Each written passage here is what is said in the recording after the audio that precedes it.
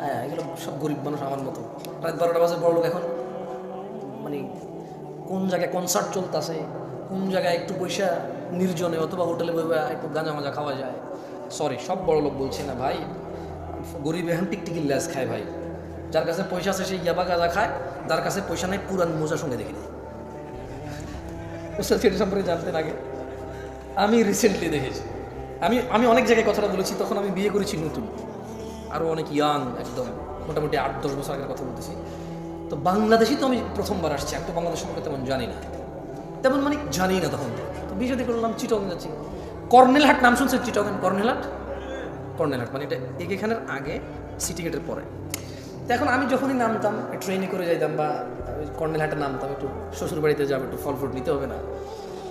তো কর্নেলহাট তো এটা তো Dhaka Chittagong road highway, overbridge আছে ওই কর্নেলহাট, ছোট্ট একটা বাজার, ওভারব্রিজ।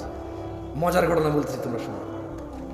আমি বাংলাদেশে নতুন তখন, এখন এক ছেলেকে দেখি যে পলিথিনের ভিতরে জুতার যে আঠা ঘাম আছে না, ওই জুতার ঘাম পলিথিনের ভিতরে। এখন সে কি করছে, আমি যখন ওভারব্রিজটা পার হচ্ছিলাম, সে ওভারব্রিজের উপরে শুয়ে আছে, আর পলিথিনটা টান দিয়ে পলিথিনটা ছোট হয়ে যায়, আবার সেটা ফুলায়, আর সে আমার এমন করতেছে। আচ্ছা, মজার কথা বলি, ছেলেটা এত বড়, আমার মনে হয় তার বয়স 10 থেকে 15 বছরের ভিতরে হবে, যদি সে গ্রোথ ভালো না হয়। আর যদি তার গ্রোথ ভালো হয় তাহলে 8 থেকে 12 বছর। কত বছর? 8 থেকে 12 বছর একটা ছেলে। আমার তো ভাই সৌদি আরব থেকে আসছি নতুন নতুন, বুঝুন না, মন মানসিকতা একদম নরম তাজা, কিছু জানি না তো বাংলাদেশের। আমি তো শ্বশুর বাড়িতে ফল ফ্রুট নিয়ে যাওয়ার চিন্তা, টাকা পয়সা যা টুকটাক ছিল। এখন আমি রাস্তার এই পাশে নামছি, তো ওই পাশে হলো ফল দোকান, ওভারব্রিজ আছে।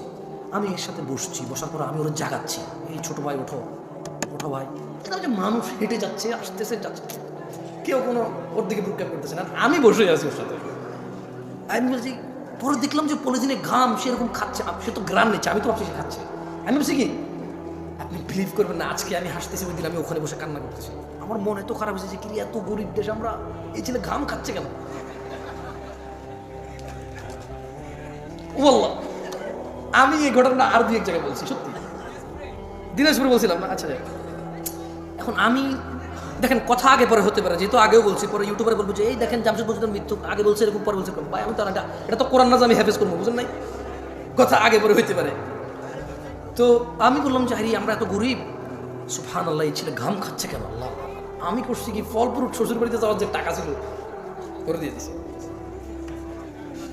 পরে আমি তো শ্বশুর বাড়িতে গেলাম, মানে শ্বশুর বাসায় গেলাম, যে কথাবার্তা হলো, পরে আমি শেয়ার করলাম একজনকে, সে বলে যে আরে এটা তো নেশা করতেছিল। কি